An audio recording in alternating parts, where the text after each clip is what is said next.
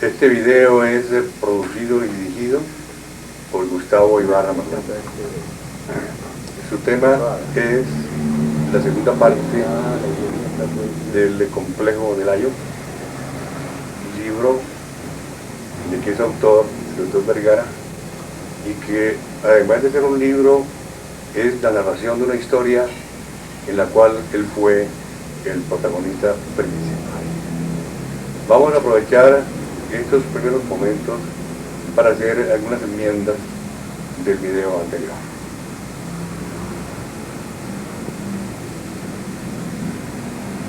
En el video anterior incurrí en un error de tiempo al decir que el Comité de Estudios Médicos formado por el doctor Guillermo Restrepo, puesto a cargo de mi hermano Jorge, había sido creado antes de la elección presidencial, había sido creado después de la elección presidencial y realmente fue antes. Como un aparato, en realidad fue un aparato propagandístico en el que mi hermano Jorge al menos y seguramente también los médicos que participaron se lo tomaron muy en serio.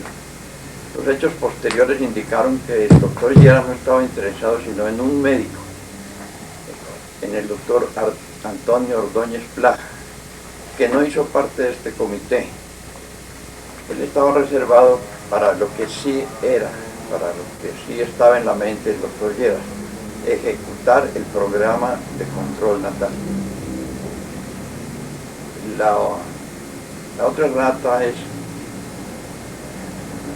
al referirme a las audiencias o hearings en la Comisión de Ayuda al Exterior del Senado americano, dije que eran secretas. En realidad no son secretas, lo que pasa es que fueron clandestinizadas para nuestro país.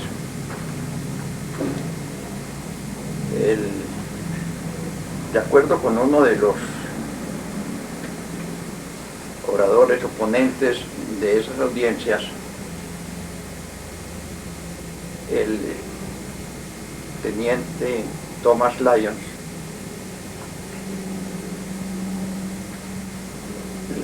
una política de control natal es el asunto que más discusión debe tener en una democracia. Esta es su declaración. Proponerle a un país si planea o no inaugurar o emprender una política de población es poner en tela de juicio conceptos filosóficos, religiosos, culturales y sociales hondamente arraigados que afectan y continuarán afectando consciente o inconscientemente la política de planeación o la falta de la misma. De manera que, según este experto, lo que pone en cuestión una política demográfica es el alma de un país.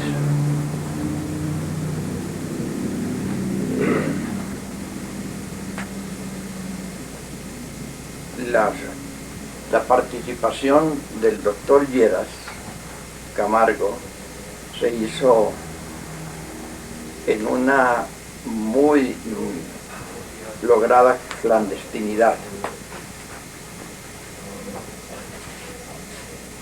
Anotaba yo, por eso, en mi libro, el discurso del doctor Lleras Camargo pasó desapercibido a nuestros dirigentes políticos y religiosos, cosa que no es de extrañar, pues nadie podía pensar que asunto tan vital de nuestra vida nacional se discutiera y decidiera en el Senado americano antes que en el nuestro. Eso está muy claro. Sobre una primera etapa que contrastó después con los 10 o 12 volúmenes donde se recogieron las audiencias, a los cuales tuvo usted acceso y donde se originó la primera parte de su acción y la visión objetiva, reforzada, porque como dice el mismo Mariano Staikos, que es un profesor de la Universidad de Cornell, había una gran cantidad de material muy científico, de gran calidad científica en los volúmenes de las audiencias. Así es, hizo un trabajo muy serio de análisis, de reflexión en el país en donde se preparaba la decisión, y no se dejó saber nada de esas discusiones en los países en los que se iban a aplicar esas decisiones. Así es. ¿Hay alguna otra enmienda o podemos continuar ya con nuestro plan de...? No, como enmiendas no. Bueno, entonces yo quisiera proponerle al doctor Vergara, con su sentimiento, si hacemos una especie de retrospección en medio de estos dos videos, que se van a referir juntos al complejo de la ley, para leer los juicios que tiene Mariano Staikos, el citado profesor de la Universidad de Cornell, en su obra titulada Ideología, Fe y Control Familiar en Latinoamérica, que fue publicada en 1971, es decir, después de que ya había acaecido sucesos en los que intervino el doctor Vergara, y que fueron como un estudio de lo que queda de un país expoliado, haciendo el inventario de las ruinas de la conciencia colombiana después del ataque salvaje del presidente Johnson a nuestro país y a la conciencia de nuestro pueblo. Yo considero de una gran importancia este testimonio que se refiere a nuestro eminente interlocutor, porque es una visión objetiva de un hombre situado fuera de Colombia, que no estuvo vinculado con el doctor Vergara en ninguna de estos hechos. Se refiere a los tres nacionalistas que él llama en su libro, es decir, a los periodistas o escritores o ideólogos que se opusieron a la invasión del control de la planeación familiar, entre los cuales está Félix Cruzat Alegre de Perú y Altamirano de Guatemala o El Salvador tal vez, pero que es interesante porque él dice y relieva que el más perspicaz y más importante de todos estos nacionalistas, de los cuales había algunos muy ahincados, como era Altamirano, que batalló durante décadas, todos los días en la prensa, en contra del control de la natalidad, en contra de la planeación familiar. Pero con una diferencia con el doctor Vergara, es que Altamirano fue suavizando su posición, que en un principio era un poquito lírica, no basada muy bien en hechos científicos, de tal manera que terminó por fin aceptando que era posible admitir una planeación familiar siempre que no lesionara la conciencia de los habitantes, cuando al principio había sido rotundamente opuesto a ella. No acaece así con Otto Vergara, porque Otto Vergara, como científico que es, deslindó perfectamente los hechos relativos a la violación de la conciencia con los métodos de planificación familiar, con su calificación moral, en la cual él no dio ningún juicio, sino que lo dejó al fuero de la iglesia, que era a quien correspondía, desde luego, pronunciarse sobre estos conceptos. Y el texto del doctor Staikos dice así: el más ratificado de nuestros nacionalistas, los otros son Perú, Félix Cruzat Alegre, y El Salvador, María Dolores Viera Altamirano, es un psiquiatra y profesor de la Universidad de Colombia. A pesar de que sus lecturas en el área de planeación familiar se han circunscrito a fuentes locales y a las audiencias en 1965 y 66 en el Comité de Ayuda Externa, es con mucho el mejor informado de nuestros exponentes. Esto a causa de que Colombia ha producido más literatura en el campo de planificación que cualquier otro país en Latinoamérica. Y porque las audiencias Groening de hecho contenían una gran calidad de material calificado, y a causa de que el doctor Vergara lee con sumo cuidado. En la introducción a una monografía de 1966, titulada El complejo del Ayo, antecedentes e interrogantes de la política demográfica, llega a tener un prejuicio pronatalista. Rechaza cualquier interés en determinados anticonceptivos que deja al fuero de la Iglesia y declara su propósito en defender una auténtica y honesta información, de modo que las parejas, mejor que el Estado o sus agentes, puedan determinar la responsabilidad de cada procedimiento.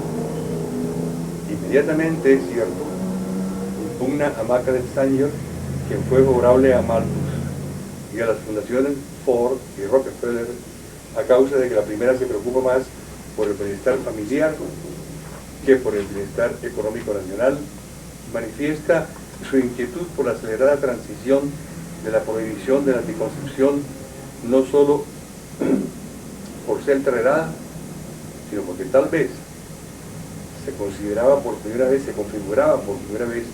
en la historia de la civilización occidental una política anticonceptiva por parte del Estado. Advirtiendo el interés de Estados Unidos en ayudar al control de la aprobación, plantea un par de preguntas que a menudo se ven en América Latina. ¿Qué indujo al presidente Johnson a dar este paso? ¿Y por qué América Latina es el principal objetivo? Una respuesta parcial no tarda en perfilarse. Estados Unidos ha enviado sus brigadas anticonceptivas por la misma razón que la Roma imperial enviara sus legiones en aquellas naciones en la esfera de sus influencias a petición de ciertos líderes de esas naciones. Así Vergara identifica su doble miedo sobre la anticoncepción con coerción desde dentro y la anticoncepción coercitiva desde fuera de la nación. El expresidente Lleras Camargo, a causa de su testimonio al comité Groening y sus afirmaciones a la Asamblea Panamericana, se considera como el principal, o el doctor Hernán Mendoza y la Asociación de Escuelas de Capacitación de Medicina, identificada como el más acucioso arquitecto de la tradición. La buena disposición de los colombianos distinguidos para ser utilizados de esa manera nunca es explicada, aunque el esgrimido anticatolicismo de algunos miembros del Partido Liberal y la, comillas, auténtica necesidad de esos países en ganar dólares disponibles, comillas, pueden suministrar parte de la respuesta. Su cargo principal explícito contra los grupos nacionales es el engaño. Ellos dejan de ser científicos cuando ellos aparentan ser científicos cuando son políticos.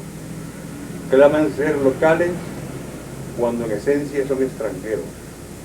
Claman que son educativos cuando son organizaciones de servicio. Y claman estar trabajando con la Iglesia cuando son anticatólicos. Los dos primeros puntos requieren mayor elaboración. Un interesante y crucial aspecto de la argumentación de Vergara concierne al papel de la investigación científica. Él sostiene que ese problema de la población, comillas, no se ha originado en estudios hechos en Colombia, comillas, y que no es un problema descubierto por hombres de ciencia.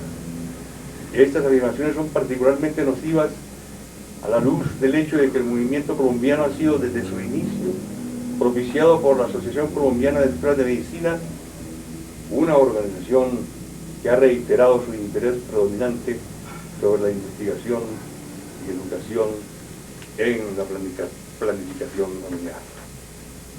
Vergara arguye que la asociación ha utilizado la ciencia para sus propios fines. Proclama que los nombres de disciplinas tales como demografía y sociología se utilizan para enmascarar acciones, comillas, que tienen su real origen en consideraciones políticas. Mientras los planificadores familiares han escribido informaciones demográficas que prueban la necesidad del control de la población, Vergara arguye que las estadísticas demográficas son tan pobres que no prueban nada. Habla de, comillas, doctores convertidos en demógrafos habilitados, comillas. Se refiere a Lleras Camargo, comillas, como el fideicomisario de la Fundación Rockefeller al sugerir el establecimiento de centros demográficos colombianos, comillas, para aplicar a nuestras propias circunstancias familiares tales informaciones con lo que estamos recibiendo de agencias, con lo que estamos recibiendo de agencias como las que estamos recibiendo de agencias privadas alrededor de todo el mundo y en especial de Estados Unidos de Norteamérica. Cuando el doctor Mendoza afirma que ha sido establecido el hecho que la planificación familiar previene el aborto, Vergara arguye que Mendoza ha sido sometido a deformada información extranjera, comillas, sin cumplimiento de los requisitos de una literatura científica auténtica, y cita sus apropiadas autoridades extranjeras tomadas de las audiencias Gruening para demostrar lo contrario. Las comillas se cierran en literatura científica auténtica. Él menciona y acusa a los asesores extranjeros utilizados por la asociación para manipular la opinión pública. Nos trae uno de sus temores más intensos, y es que la filosofía, motivación y estrategia son movimientos esencialmente extranjeros. Pidiendo prestada una frase de Lleras Camargo al describir a Colombia como una nación racialmente mezclada y tropical, dice, comillas, lo mínimo que puede requerirse para una política demográfica es que sea estudiada por expertos que sean realmente mezclados, tropicales y acostumbrados a un mundo católico, comillas. En lugar de ello, encuentra que los quintacolumnistas lo están estructurando, o la están estructurando. La explicación de esta particular clase de imperialismo es digna de un psiquiatra. Es el producto de un conflicto entre entre la gran pasión norteamericana y el sentimiento experimentado por los blancos de las zonas templadas, la gran pasión por la democracia, y el sentimiento experimentado por los blancos de las zonas templadas altamente desarrolladas para aminorar o acabar, quién sabe, la procreación de los católicos latinoamericanos racialmente mezclados y tropicales.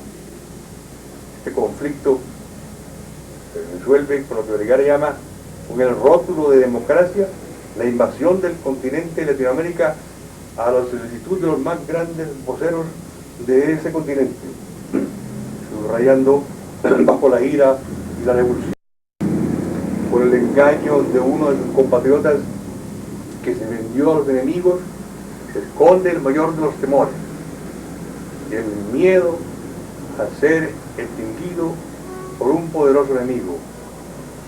Es tal vez el significado del título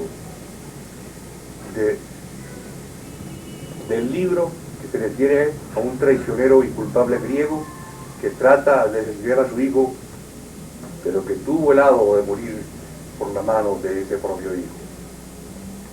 Tomado de Ideología y Generación Familiar en Latinoamérica, páginas 49 a 51, 1971. Vale la pena hoy en día hacer notar que esta asociación de facultades de medicina que se constituye en el centro promotor de la campaña antinatalista en Colombia había sido creada por el doctor Alberto Lleras Camargo cuando fue presidente. Tal vez ya preveía la creación de su instrumento aparentemente científico y universitario, con el cual vehicular lo que realmente era una ocupación, una acción del gobierno norteamericano sobre nuestro país. Doctor Vergara, ¿no? ¿Qué juicio le parece a usted esta síntesis? Vayan Staikos. Muy buena síntesis. Yo reconozco que es una síntesis hecha con mucha objetividad, sin cerrar los ojos, sin disminuir la importancia de ninguno de los factores que yo destaco. Vale también anotar que cuando el doctor Mendoza Hoyos, al descanso, propone el control natal para disminuir el aborto, yo le redarguyo con investigaciones científicas aportadas a los hearings que el control natal disminuye en números absolutos los embarazos no deseados, pero aumenta el número de abortos. Crea la mentalidad de que el hijo que se trató de evitar y que no se evitó a pesar del anticonceptivo usado es un intruso, es una falla técnica que debe ser corregida.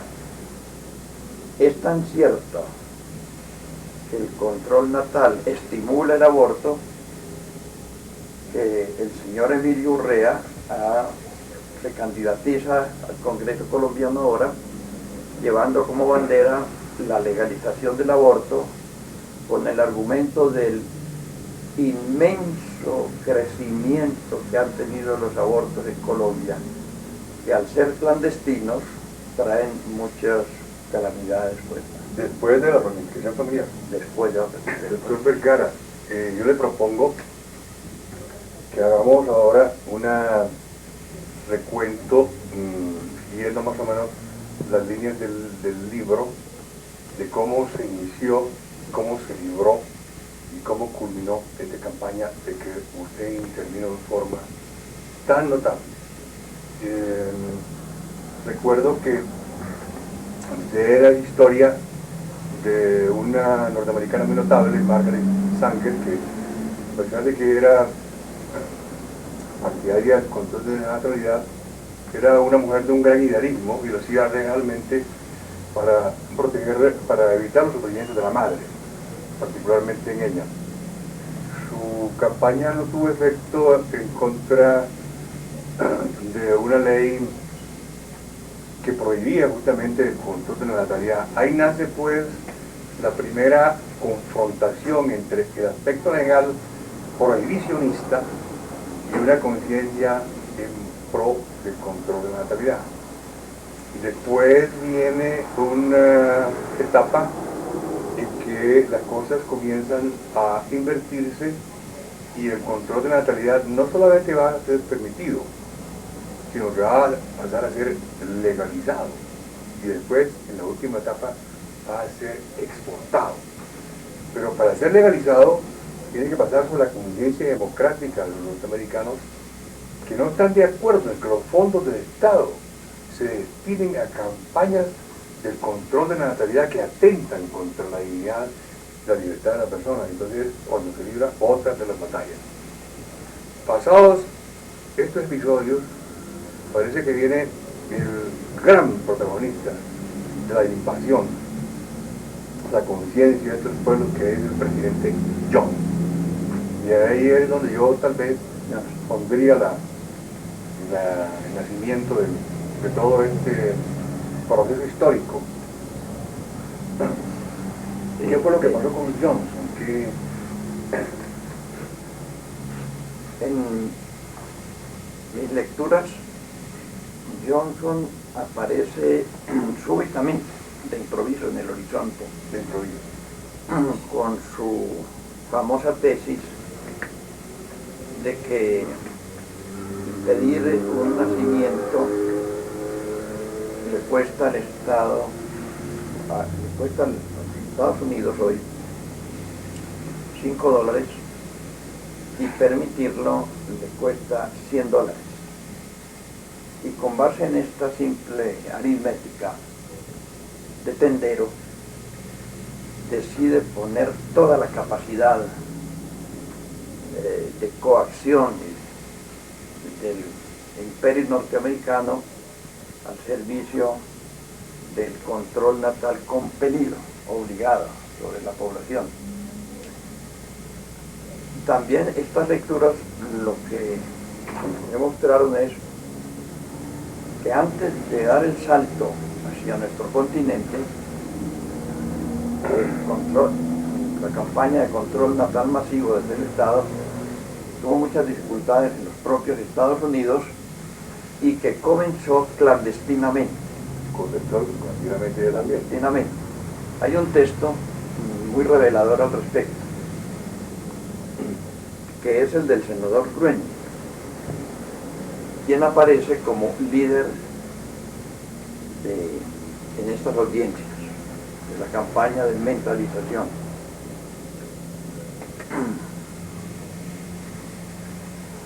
Dirigiéndose al doctor Lleras Camargo, le dice: le agradecería mucho que usted me permitiera hacer algunas preguntas. Decía usted muy acertadamente que esta información sobre anticonceptivos debe estar al alcance de los países que la soliciten. ¿Cuál sería su opinión respecto al estado actual de receptividad de los países latinoamericanos? Por ahora, es un hecho que tal información les es dada ocasionalmente y en algunos lugares a través de la Agencia Internacional para el Desarrollo, AID. No está siendo dada regularmente. Y aquí no está siendo dada regularmente.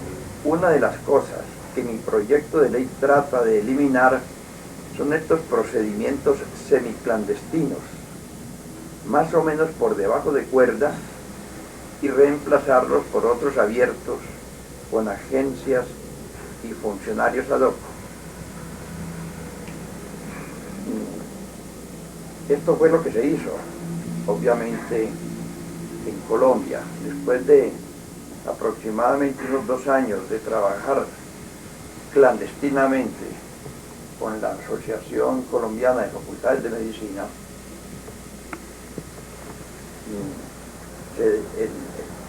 se deciden a dar el paso, aprovechando la palanca omnipotente del doctor Lleras Camargo, a una campaña abierta, podríamos decir cívica, ya sin ningún rubor, sin ningún miramiento a los sentimientos y al alma del país, tal como el doctor Lyons, como el teniente Lyons recomienda que se debería tener en cuenta. El hecho de que ellos haya descubierto constituye una de las pesquisas y de los hallazgos más interesantes que puede haber en torno a una película, una política de clandestinidad. Porque si eso no se hubiera descubierto, que los mecanismos hubieran avanzado, hubieran sido mucho más desarrolladores y no hubiera habido el alerta, la conciencia que dio el complejo del Layo y el desenmascaramiento absoluto, como lo reconoce Mellanes Taicos, a todas las tradiciones, todas las maniobras, ¿no?, que hicieron en Colombia.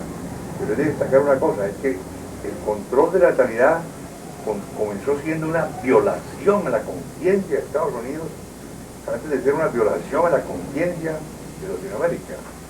Eso es muy interesante, pues, ver cómo se mueve en un plano de una expoliación de la intimidad y de la conciencia del hombre, ¿no? Y que primero se trataba de buscar, de presentar hechos y después de buscar una ideología que lo justificara y unos protagonistas que la causaran. Yo no sé notar esto.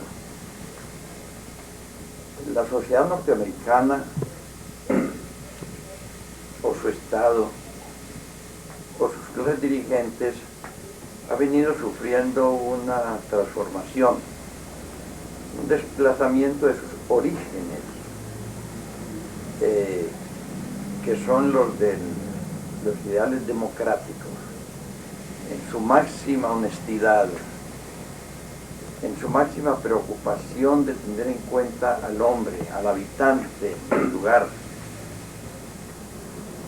hacia una dominación militar. Por lo que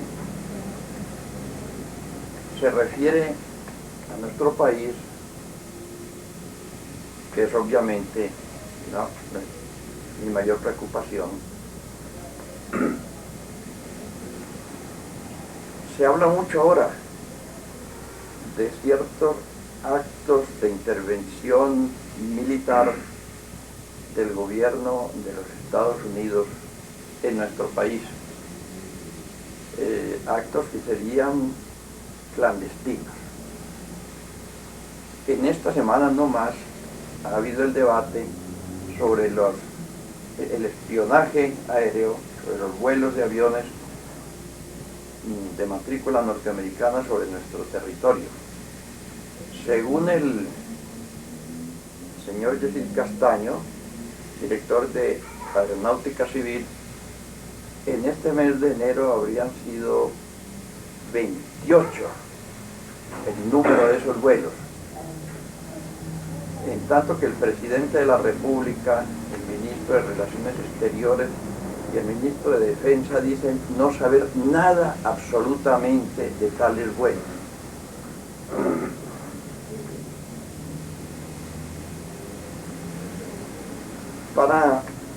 La realidad es que los vuelos existen, que hay una intervención intensa de la DEA en nuestra geografía, en nuestra población, que si no han producido un hecho como la detención de Matos en Honduras, no es por falta de procedimientos, es que no lo han logrado. Pero después de que el alma del país, porque eso es lo que el teniente Laños dice que se pone en cuestión con una política de control natal, ha sido entregada a los Estados Unidos por quien acaba de morir, reconocido como el máximo inspirador de nuestra mentalidad, de nuestra política, carece completamente de importancia que la geografía del país sea violada. Eso carece de importancia. El presidente Johnson tuvo dos Vietnam. Tuvo el Vietnam de la guerra y tuvo lo que han llamado el Vietnam del vientre. Exactamente. El Vietnam de la guerra lo perdió. Aparentemente en lo humano, digo en lo humano, no en los ritmos de Dios. El Vietnam del vientre lo ganó. Pero es un Vietnam. Es un Vietnam que no hubo mártires norteamericanos. Hubo mártires norteamericanos.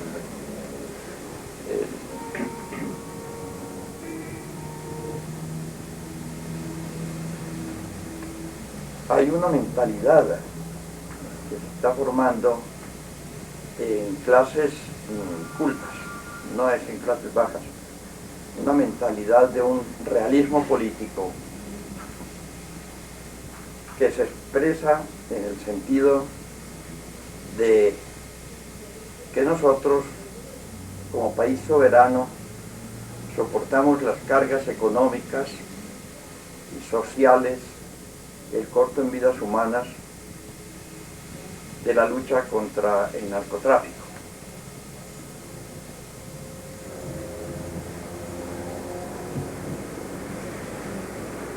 Con beneficios para los Estados Unidos.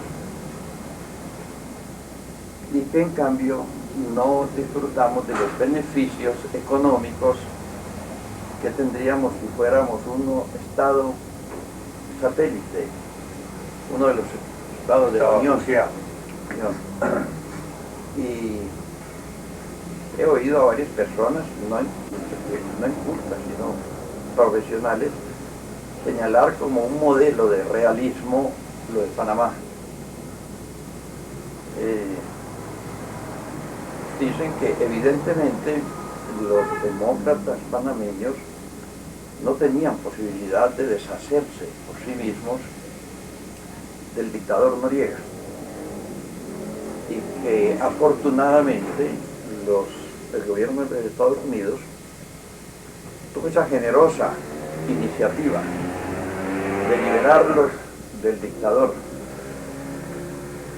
Pues yo hago notar esto: la iniciativa generosa del gobierno norteamericano fue realmente una iniciativa porque no le fue solicitada por los demócratas panameños.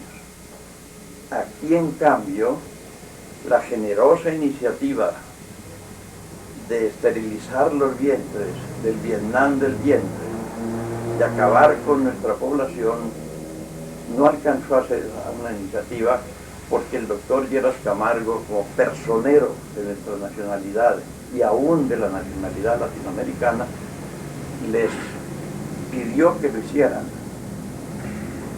¿Qué es lo que estaban esperando ellos? Porque ellos estaban perplejos ante las reacciones de Latinoamérica por su carácter católico. Entonces tenían muchas dudas sobre cómo acometer el control de la planeación familiar aquí.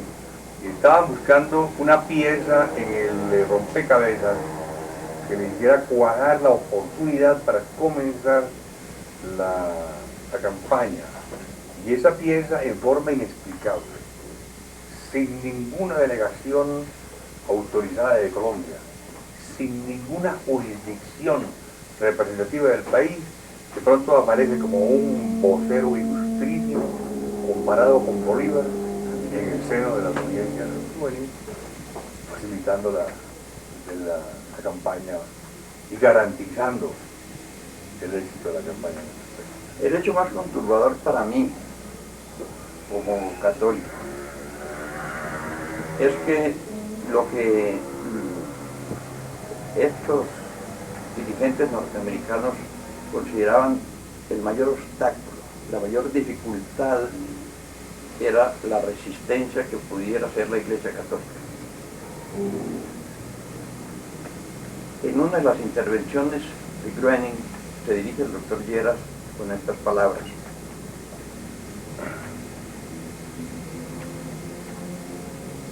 ahora usted regresa a su país y sería muy interesante y útil, si usted lo estima conveniente, informarnos si ha habido algún cambio de sentimientos, algún cambio de actividad en este orden de cosas desde la última vez que usted estuvo.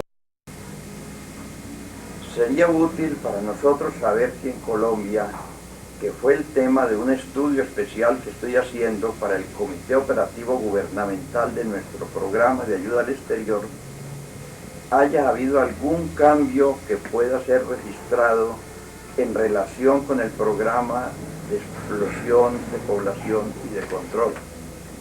Groening es un hombre muy realista. El doctor Lleras acababa de mostrarse retóricamente convencido de que no habría ninguna dificultad para ellos de hacer esta campaña en Colombia. Pero Groening sabe que el doctor Lleras lleva unos 2 años fuera del país y quiere cerciorarse de las bases de su optimismo, y entonces le propone ser un agente de servicio secreto de los Estados Unidos, un agente de la inteligencia norteamericana, para saber cómo están actualizadamente las cosas en nuestro país. Un quinta columnista. Un quinta columnista. En este caso no es quinta columnista, sino protocolumnista, es la importancia de la persona. Exactamente. Pues el doctor Lleras le responde: Señor presidente del comité, yo haré eso con mucho gusto. Ciertamente lo hizo de balde. El doctor Lleras fue un hombre pobre, Sí. mostró su declaración de renta antes del gobierno, después, y murió como un hombre de muere. De manera que todo esto es gratis. Es una pasión de desprecio a su gente y de admiración lindante con la adoración hacia los blancos enriquecidos por la verdad. Es olvidarse de lo que es, pero como usted dice, una pasión edificada sobre el terror. Entonces, los dos Lleras siempre se manifiesta como un hombre atemorizado por las consecuencias casi pues comparables con la guerra nuclear y superiores a ellas que la explosión de la natalidad puede tener en su país. De manera que esa es la potenciación del miedo que fecunda una actividad desmesurada, porque el terror también es muy grande.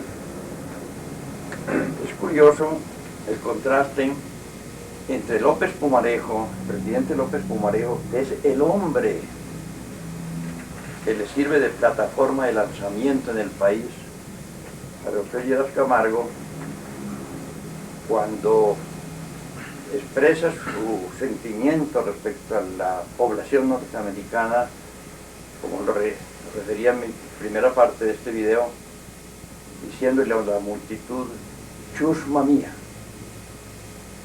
El doctor Lleras experimenta, como tú dices, terror ante la chusma, a tal punto que en las ordenaciones que dejó para su muerte, dejó todo previsto para que la chusma no lo acompañara al cementerio, para no tener ni siquiera el homenaje funerario de ese pueblo. Pues continúa. Señor presidente, yo haré eso con mucho gusto. El mes de agosto habrá en Cali, Colombia, una reunión de la llamada Asamblea Americana dedicada enteramente a este problema. Es la primera vez que esto va a ser discutido públicamente, supongo que por un gran número de dirigentes de la opinión pública colombiana. Y yo deseo y pienso que esto va a tener tremendas repercusiones en el país. De manera que él se ofrece de tanque rompeolas, arrasador. Creía que su prestigio era tan grande que podía contrarrestar la intensidad de las manifestaciones adversas a esa política. Ahora, dolorosamente, quien tenía razón era el doctor Lleras Camargo. Que tenía razón en la autoridad. Porque Cosas se ocurrieron. equivocó en una cosa. Se equivocó en que la reacción que él esperaba no se dio. Se equivocó. Él pensaba en una reacción que no se dio. y no sucedió esa reacción. No se dio esa reacción.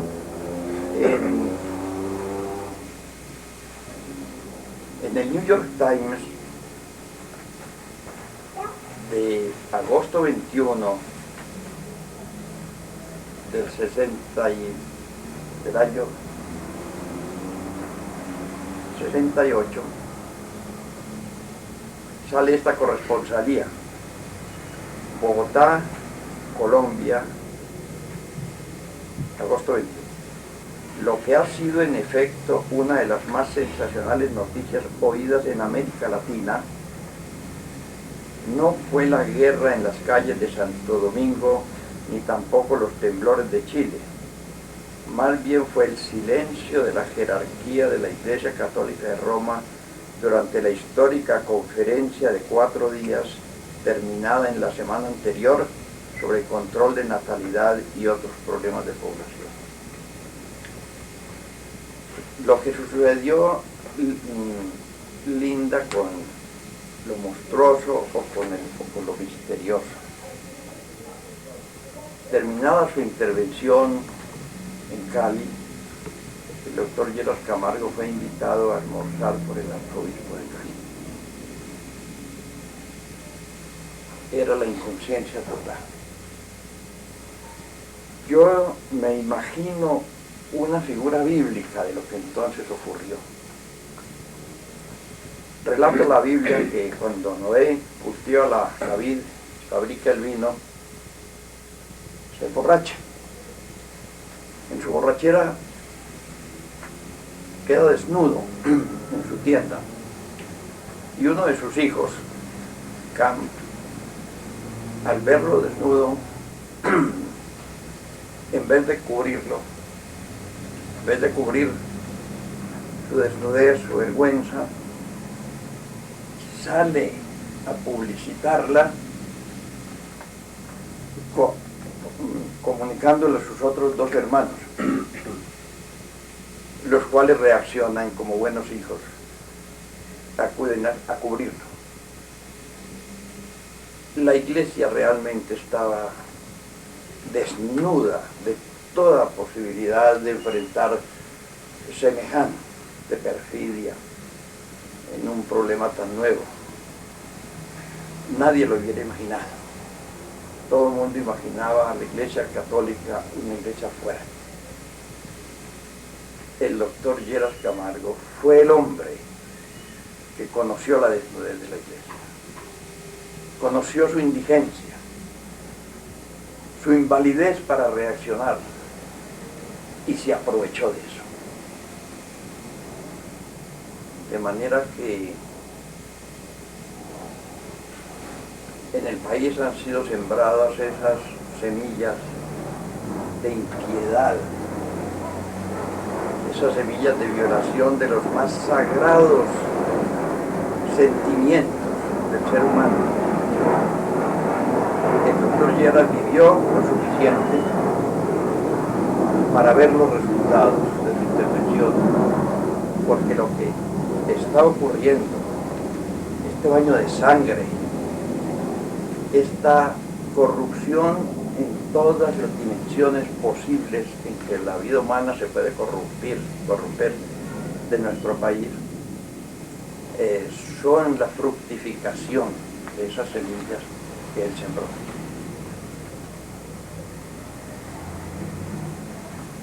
Doctor Vergara, pasemos siguiendo la secuencia cronológica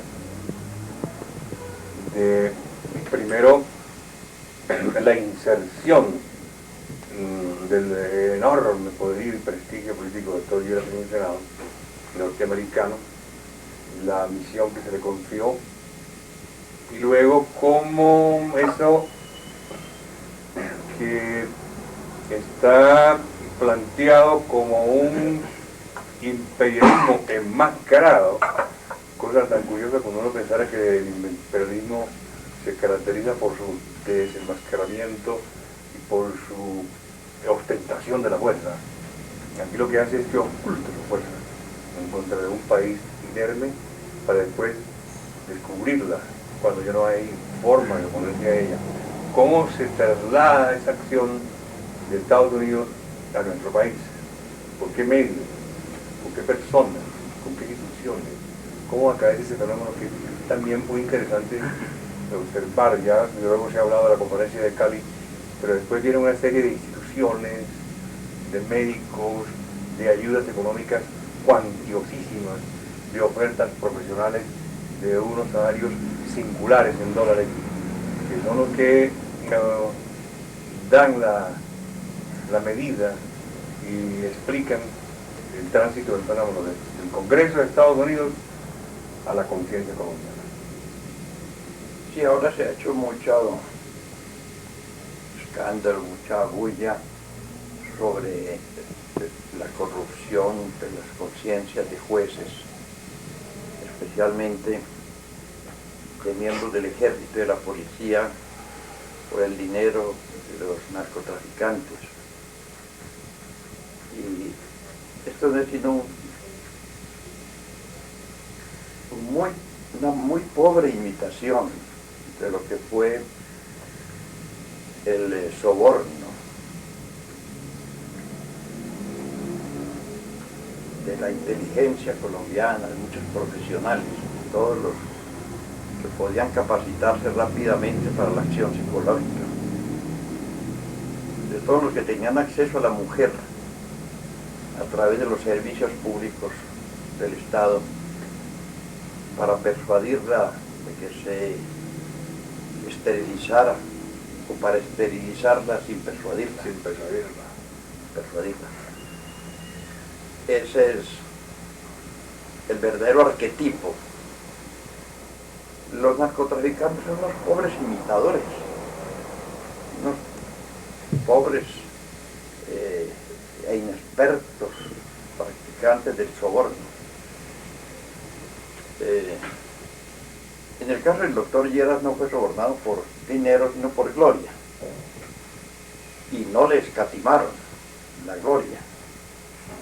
La Universidad de Harvard le hace un homenaje y lo declara Nuevo Bolívar del continente. Toda la tecnificación de la psicología, toda la utilización del conocimiento de la psicología individual y de la psicología social, de la psicología del necesitado, de la psicología de la mujer, de la psicología del varón, todo esto fue elaborado en las universidades norteamericanas y aplicado en estas campañas, así como en el Vietnam fueron ensayados todas las armas militares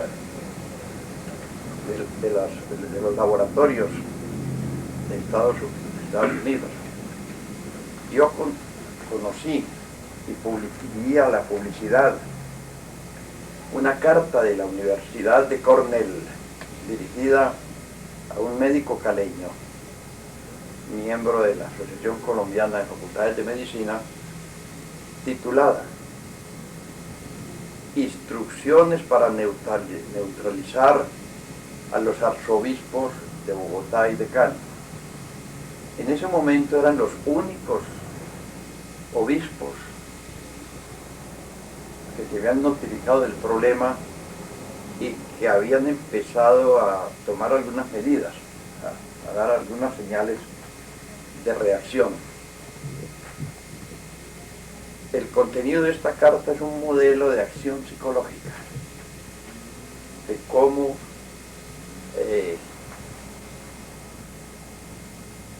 utilizar una visita de cortesía a un obispo y una información para transformarla en autorización dada por el obispo para una acción que él mismo, doctrinal como pastor, tenía que condenar y que había condenado. Ese documento fue publicado en el periódico El Catolicismo el 29 de enero de 1966. Fue una de las piezas de mi denuncia hecha entonces en ese periódico. ¿Cuáles serían los movimientos de habilidad para que el 7 de febrero del mismo año apareciera en el Tiempo, a doble columna, primera página, en letra bastardilla, una declaración conjunta del presidente de la República y sus ministros y del presidente de la Conferencia Episcopal y el secretario de la Conferencia Episcopal, dirigida a anular y neutralizar la publicación hecha en el catolicismo, sin nombrarla, y a desautorizar de antemano cualquier cosa que se dijera en contra de la campaña de control de la natal. política del gobierno. Sí. Esa declaración es fácil encontrarla.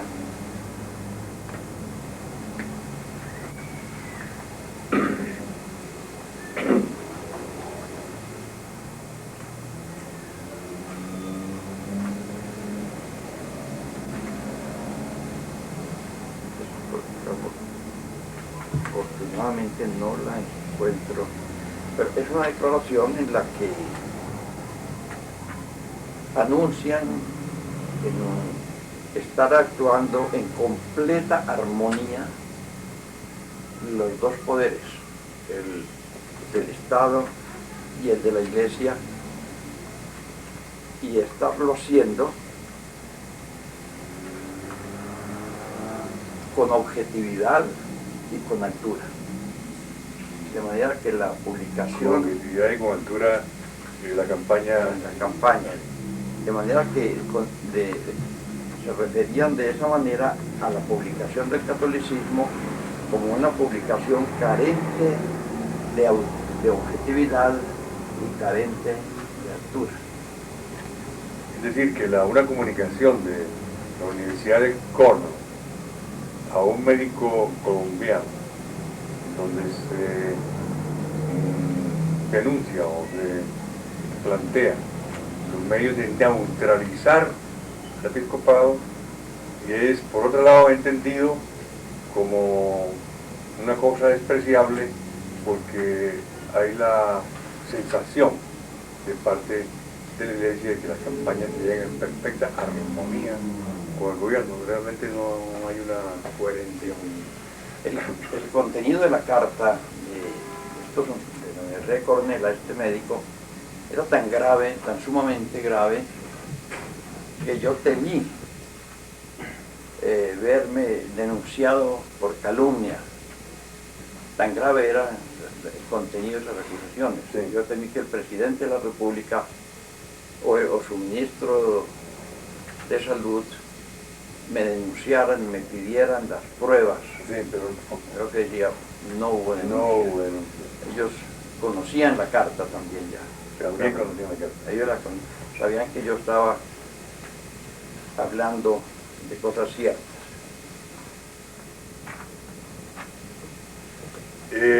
Después de esta, hubo varias publicaciones suyas en el catolicismo, no solamente fue una, fueron varias publicaciones en el catolicismo. Fueron varias, pero yo dejé de publicar después de esta desautorización dada por el presidente y vicepresidente de la Conferencia Episcopal. Ya era entrar en un conflicto abierto no solamente con el imperio norteamericano y con el Estado americano, sino Ahora, esta forma de pensamiento dividido, que no es capaz de captar la antítesis de las proposiciones que está enunciando, sino que las concibe como una unidad, siendo un imposible lógico. Se da, que es una forma de pensar contemporánea esquizoide, muy interesante. Se da también en la curiosísima declaración del doctor Mendoza Hoyos frente a la Concha, donde llega a afirmar que cómo es posible que un obispo se atreva a afirmar que el gobierno está en desacuerdo con el control de la iglesia, está en desacuerdo con la política de control natal del gobierno, cuando hay algunos sacerdotes que han colaborado con él en esa campaña. Es también otra forma muy curiosa, que realmente uno la aprecia pues leyéndola y ve que ahí hay unos elementos de una mente cautiva, como se llama, o realmente hay una mentalidad cautiva. sí. En ese aspecto. En eso el doctor Mendoza siguió un modelo ya dado en los hearings por el doctor Lleras Camargo. Entre los argumentos que le estuvo dando para tranquilizar al senador Gruening sus temores a la resistencia católica, había dicho, de parte de la Iglesia, espero esto, si no una colaboración activa, sí, el silencio de los obispos y la participación de algunos sacerdotes. Y efectivamente hubo sacerdotes como el padre Gustavo Pérez, Gustavo Pérez, que poco después abandonó el ministerio para recibir el beneficio de un alto puesto burocrático en las Naciones Unidas como premio a su traición, que estuvieron argumentando que la jerarquía colombiana no era idónea para oponerse a una práctica que la Santa Sede no había desautorizado. Que no había desautorizado. Ese era el argumento que dieron. Efectivamente, la encíclica Humanae Vitae no vino a salir sino en julio de ese mismo año. Y estas campañas venían con anterioridad a la promulgación de la encíclica. Fue en el año 68, y estas campañas eran del año 67 y 67. Hasta allá llega el descaro y la intención oculta o manifiesta, no importa cuál fuera el método escogido, de probar con hechos que la jerarquía no era el problema. Pero la cosa es muy interesante porque usted narra muy bien en qué consistió la cosa. Se trataba de quitarle al problema de natalidad los aspectos de cuestión de conciencia, para convertirlos únicamente en una cuestión de higiene, de conveniencia pública, de educación sobre métodos natales, pero no de concepción antinatalista. Este fue el camino de neutralizar la carga de detonación tan tremenda que tenía el problema, y fue lo que siguió, fue lo que se hizo realmente. Ahora, yo quería decirte esto. En esta iniciativa, estos videos, pues tú has tenido un interés fundamentalmente de historiador.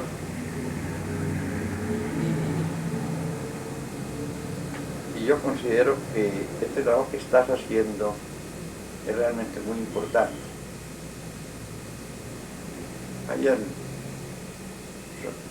Seguramente habrá personas que se beneficiarán de conocer estos hechos, sin desestimar la importancia de la historia.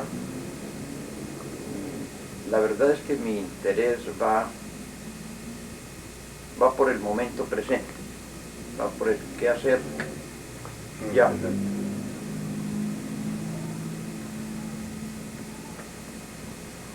Ante estas calamidades que han llovido sobre nuestro país, siempre me digo, si hubiera una presencia de iglesia fuerte, habría una esperanza. La iglesia en ningún caso podría detener fenómenos tan masivos de corrupción, de delincuencia, de criminalidad, pero no estaríamos como estamos ahora, poniendo la ilusión a salir de esta situación en ídolos, en reformas constitucionales, en líderes carismáticos, tantas cosas que todos los días vemos que se proponen y que se desvanecen. Siempre he tenido la intuición de que los problemas desbordan cualquier poder político, cualquier prestigio político, cualquier iniciativa política. Más aún, todas las instancias políticas están rompiéndose ante ese tajamar de la descomposición del país. Pero, ¿por qué no se produce esa presencia de iglesia en esa altura, en esa magnitud que ella sola podría dar? Los observadores que siguieron este fenómeno del de la campaña del control natal,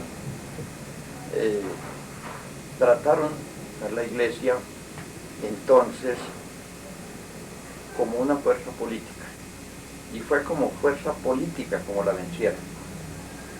Uno de esos observadores,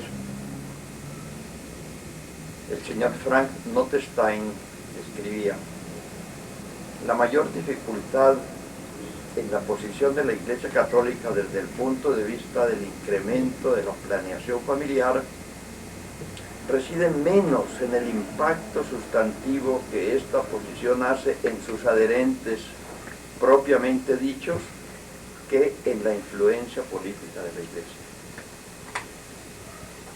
La realidad es que una larga tradición en Colombia acostumbró a nuestra jerarquía, nuestros pastores, a ejercer su presencia a través de un brazo secular, a través de un partido político.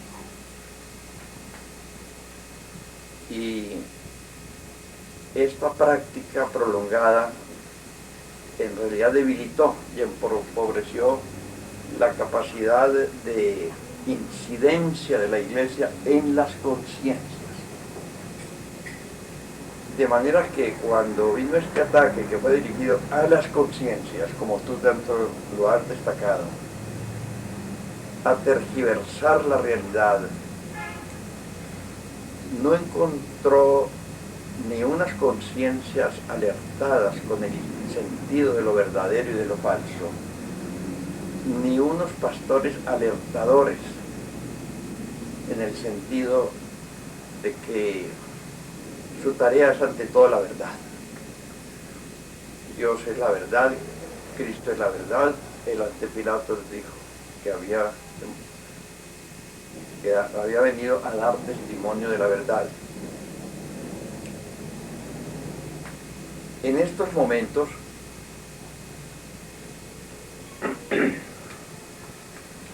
tenemos necesidad absoluta de ir a discernir en todos los puntos desde donde se generan las decisiones la verdad de la apariencia. Nosotros estamos en un momento en que sustituimos una real soberanía, una real autonomía de Estado para decidir sobre los intereses totales de los ciudadanos colombianos. Estamos disimulando esa carencia con mitos, el patriotismo, sabor de patria, que te queremos Colombia, no sé cuántas cosas se mueve con la mitología de la patria, cuando la realidad registrada por todos los medios de comunicación y conocida por todas las clases sociales es nuestra dependencia económica, nuestra dependencia cultural, nuestra dependencia militar respecto del imperio norteamericano. Yo pienso que si tenemos el coraje de mirar esa verdad, si nos nombramos como realmente somos, como un conglomerado dependiente en todos los aspectos fundamentales de la vida, que sostienen la vida, que permiten propagarla, que permiten mejorarla, pienso que estaríamos mejor equipados para negociar con el poder. Estaríamos habilitándonos, estaríamos trabajando por vías de negociación. El hombre no tiene la obligación de ser más fuerte que otro. Él tiene la obligación de tener la fuerza que tiene, no más de la que tiene, ni menos de la que tiene.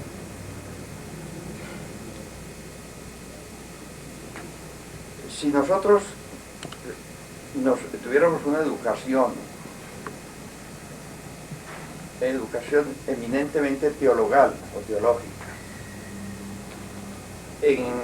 dirigida a la meta de la verdad, a encontrar ante todo la verdad, o sea, la realidad de las cosas según la mirada de Dios.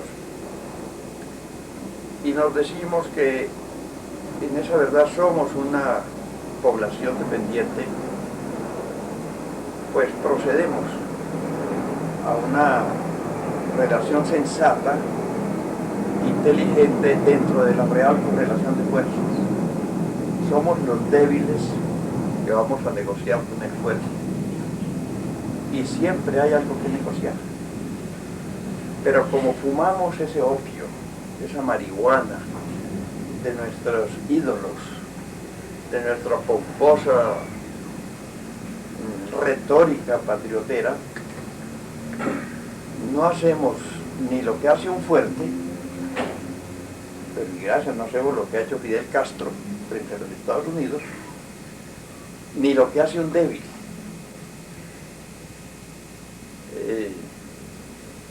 Somos simplemente arrollados, sobornados, manipulados, incorporados a los intereses del poderoso para ayudarle a esquilmar los saldos que todavía quedan por esquilmar del trabajo de nuestra gente y de los recursos naturales de nuestro país. Cuando se presentó la celebración del Congreso Eucarístico Mundial en Bogotá, que fue precisamente en el año en que estaba yo dando todavía esta batalla contra la campaña de Control Natal,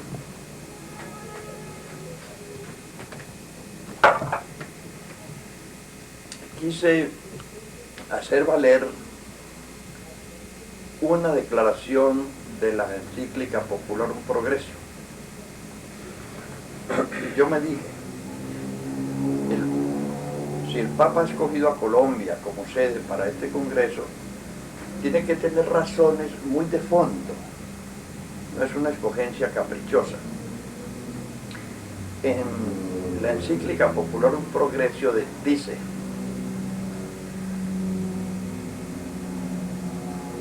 los países subdesarrollados no solamente tienen necesidades frente a los países desarrollados, no solamente tienen carencias, tienen también riquezas.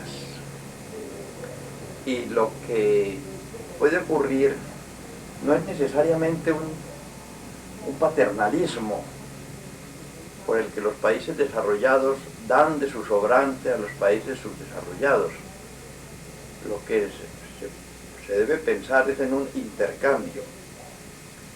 Y añadía, los países económicamente pobres pueden ser espiritualmente muy ricos, y dar a los países económicamente ricos, empobrecidos espiritualmente, pues yo pensé que esa era la motivación que había tenido el Papa, y planeé un proyecto de celebración del Congreso Eucarístico que me fue publicado en el magazine del Espectador. Desafortunadamente no encontré ningún eco. Yo pensé que podíamos leernos como una potencia espiritual, y creo que todavía hoy, con todo lo que hemos disminuido y menguado como poder espiritual, nosotros podríamos plantearnos ante la superioridad económica y militar de los Estados Unidos como alguien que tiene no solamente necesidades económicas por su café barato, por la pérdida de los ingresos de la coca, sino como alguien que tiene algo que ofrecer en cambio. Pero esa sería la presencia de iglesia, precisamente. Lo que yo llamo presencia de iglesia sería presencia de una conciencia de soberanía conciencia de superioridad moral por el hecho de la fe. Esta cosa es muy interesante lo que hace a la psicología de estos pueblos, porque a pesar de que en apariencia ha habido un triunfo de unos antisignos que conducirían, por ejemplo, a la promoción del aborto, ahora con la celebración de una efeméride, de una ley abortiva en Estados Unidos, hubo una manifestación de 50.000 personas en Washington, a favor, otros en contra, como se decía, y la totalidad de la mujer sudamericana estuvo en contra del aborto. Es increíble cómo puedo renacer de esas cenizas de conciencia que quedaron en esta república, todavía una pureza que viene de su fe, que no puede venir de otra parte. ¿No se te ocurre que puede haber un fenómeno similar al que ocurrió con el pueblo judío, con los israelitas, cuando fueron deportados a Babilonia? Cuando estos hombres, que en su país venían decayendo espiritualmente, como lo atestiguan los profetas, se ven entre paganos, adquieren súbitamente conciencia de sus valores, y la gran producción espiritual del profeta Isaías ocurre justamente por el despertar de la conciencia espiritual de un pueblo minoritario a merced de un país mayoritario en el que se ven obligados por la presencia latinoamericana es más intensa en Estados Unidos que la que se logra desde nuestros propios países. En el sentido de la identidad, de la conservación de los valores, siguen fieles a todas sus propiedades históricas, todos sus tesoros históricos. No es una población que se diluye. Y esto ha sido tan notorio que incluso hay un número de Time dedicado a la historia de este fenómeno, de la increíble persistencia de la identidad latinoamericana en medio de ese gran pueblo. Como no, lo que acaba de ocurrir en Miami, la movilización de la colonia colombiana en defensa de este soldado, no se produce en Colombia. No se produce en Colombia. No se produce en Colombia. No se produce en Colombia. De manera que los caminos de Dios son muy distintos de los nuestros. Y por eso nunca debemos ser pesimistas. Debemos saber que siempre Dios está trabajando y con éxito, solo que no nos lo informa ni nos lo consulta antes de hacerlo. Siempre. Tenemos que saberlo después. Doctor Renan, yo quisiera, como se trata de un enjuiciamiento absolutamente objetivo de la intervención de la Iglesia, yo querría leer un poco un capítulo de su libro, tal vez el capítulo final, que yo diría que es el capítulo de las exculpaciones, que es la Iglesia y la democracia puesta a prueba, que dice así: pero la Iglesia también está puesta a prueba, y más que la democracia. La democracia está destinada a lograr regímenes políticos que faciliten a todos los ciudadanos su presencia en la organización de la sociedad civil. La Iglesia está destinada a la defensa de la vida, cuando la vida es una invalidez, una indigencia, una pequeñez, una infancia, un desguarnecimiento, una soledad, un abandono, una vergüenza de haber pecado, una pobreza, el dolor de no ser lo que se tendría que ser. El principal argumento de los abogados del control de la natalidad de la miseria de los miserables, la peligrosidad de los delincuentes, los hijos sabidos de la desesperación de mujeres inermes, la brutalidad de hombres violentos. Cada existencia de estas suscita el pensamiento: no debería haber nacido. debería morir, pero ahora que existe, habría que matarlo. No se quiere uno manchar de sangre como Layo, mejor anticiparse, no dejarlo nacer. Entre tanto, la Iglesia Católica profesa, y cada católico profesa teológicamente, dogmáticamente, que no hay vidas indeseables por sí mismas, que cada ser humano, mi enemigo, mi sucio vecino, el gamín pedigüeño, el raponero, el violador, la que se hace prostituta, son imágenes y semejanzas de Dios, aptitudes para el amor, para la fidelidad, un tú que puede formar conmigo uno solo. Cada existente humano del que pensamos mejor que no hubiera nacido, ¿por qué dejar nacer hijos que lleguen a eso? Es un prójimo, es decir, un reto. ¿A que no logras amarme? ¿A que no logras que me respetes? ¿A que no logras hacerme sonreír? ¿A que no logras que diga, está bien que yo viva? ¿A que no logras que busque a Dios desaforadamente hasta encontrarle para poder decir gracias por la vida? Después de este himno extraordinario, dice, hay gente, tanta gente indeseable, porque ha faltado presencia de la Iglesia. Y ha faltado presencia de la Iglesia porque los católicos habíamos alienado en el clero nuestra personal presencia de la Iglesia.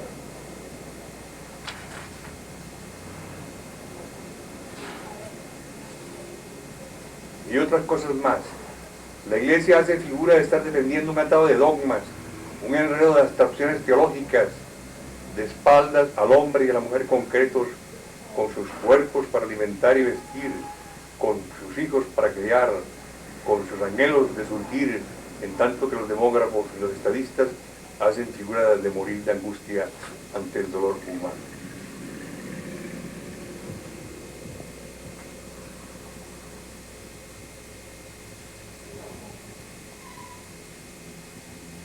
La Iglesia consulta a Cristo en la oración desconocida del Papa Pablo VI, en la meditación de sus obispos, en el silencio de sus contemplativos, en las austeridades de sus penitentes, en los trabajos y la paciencia de sus laicos.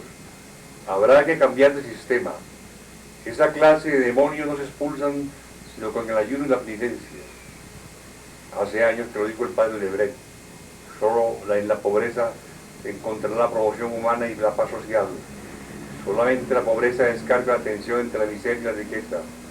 La Iglesia tendrá que ser pobre, deberá aprender a dialogar, tendrá que ser fuerte. También lo decía el padre Lebret, las virtudes de la fortaleza son las grandes olvidadas en la Iglesia de hoy. La Iglesia no entrará por el camino de resolver el conflicto entre los grupos privilegiados que han accedido al superdesarrollo y las generaciones que esperan su oportunidad en la tranquilidad de los pobres, dejando actuar a los que nos digan empobrecidos. No se podría en ningún caso, no se pondría en ningún caso al lado del Layo contra el inocente e inerme hijo. Ella le habría dicho, no creas en oráculos, no seas supersticioso, a cada día le basta su propio afán, vive tu presente en el respeto a la inocencia y a la debilidad. El mañana se encargará del mañana. Sobre todo, no te dejes empavorecer, no pierdas la cabeza, no prestes oído a los profetas de calamidades apocalípticas. Hablas como si vieran a lo lejos y no alcanzan a ver ni en su propio corazón, en donde hay un sentimiento de culpa, de donde salen los vapores que los ciegan. Busca un buen amigo y él te dirá que antes de matar al niño te cures, porque estás enfermo, sufres un complejo, el complejo de la... Con estas palabras se cierra el libro, ¿no? Yo creo pues que tengo el conocimiento de que el profesor Vergara es uno de los colombianos más ilustres de la nuestra época, y que él pertenece por derecho propio, no solamente a la historia de Colombia, sino a la historia de la conciencia de Colombia. Y tengo la certeza de que cuando quiera que se trate de restaurar la vida, cuando quiera de que se trate de llegar por la vida al dador de la vida, como decían los poetas aztecas, tendrá que contarse siempre con esta columna inquebrantable que constituye el complejo del Ayo y la historia de las gestas de Hernán Vergara en él relatada. Este video ha sido producido y dirigido por Gustavo Ibarra Merlano con cámara de la claridad. Vamos a hacer algunas precisiones. Primero, el doctor Vergara, sobre el texto este que tanto estuvieron buscando. La declaración a que me referí de conjunta el presidente y de los obispos, no la encontré en su momento, pero es de la importancia que merece ser citada textualmente. Tanto los excelentísimos señor presidente y vicepresidente de la Conferencia Episcopal como el presidente de la República y sus ministros presentes estuvieron de acuerdo en la conveniencia de adelantar el estudio de estas materias en un terreno objetivo de discreción y serenidad en el más alto nivel. Expresaron su mutua seguridad de que se mantendrá invariable la actual atmósfera de respeto, armonía y confianza entre las dos potestades. Bastaría el testimonio del señor Stikos para saber que lo que yo venía escribiendo y a lo cual se refiere esta declaración para descalificar y desautorizar era de la más alta responsabilidad en cuanto a las fuentes y de serenidad. Y en cuanto al respeto, la armonía y la confianza entre las dos potestades, los hechos mostraron que fue amenazada cínicamente por el poder político para anular la posible resistencia de la Iglesia y aún para implementar la influencia de la Iglesia sobre el pueblo en favor de la campaña. En mi turno tengo que agregar en el capítulo de exculpaciones las siguientes palabras que parece que dan la síntesis final sobre la intervención de la Iglesia. Es un engaño interpretar el silencio y el repliegue inicial del episcopado colombiano ante los acontecimientos de Cali y ante el respaldo del presidente Lleras a la Asociación Colombiana de Facultades de Medicina como falta de lucidez y carácter de los obispos. Nosotros pensamos, y esto sin correr ningún riesgo, que la actitud de los obispos se debe a la parsimonia pastoral, a ese reflejo de no quebrar la vara vencida ni apagar la mecha que aún humea, cautela que los lleva a aplazar sistemáticamente los grandes gestos de ruptura con los contendores de la Iglesia. Sobre esto, y en el nivel propiamente humano, cualquier obispo colombiano tenía motivo de esperar que el doctor Alberto Lleras se sintiera obligado a la lealtad con el episcopado. Equivocación rectificable. También seríamos parciales, faltos de objetividad al fondo hipócritas y por esto malos fieles de la Iglesia, y para exculpar a nuestros pastores religiosos de toda culpa, en esta pérdida inicial de posición, cargáramos a los presidentes y hieras mayor culpa de la que realmente puedan tener. Cada quien ha de cargar, cuando menos con lo suyo, después que Cristo cargó con lo de todos. Hay que convenir en que la Iglesia colombiana estaba atravesando una fase de inseguridad y debilidad, al tiempo en que los hombres de gobierno movían este problema, que es el más grande reto que haya conocido la Iglesia universal.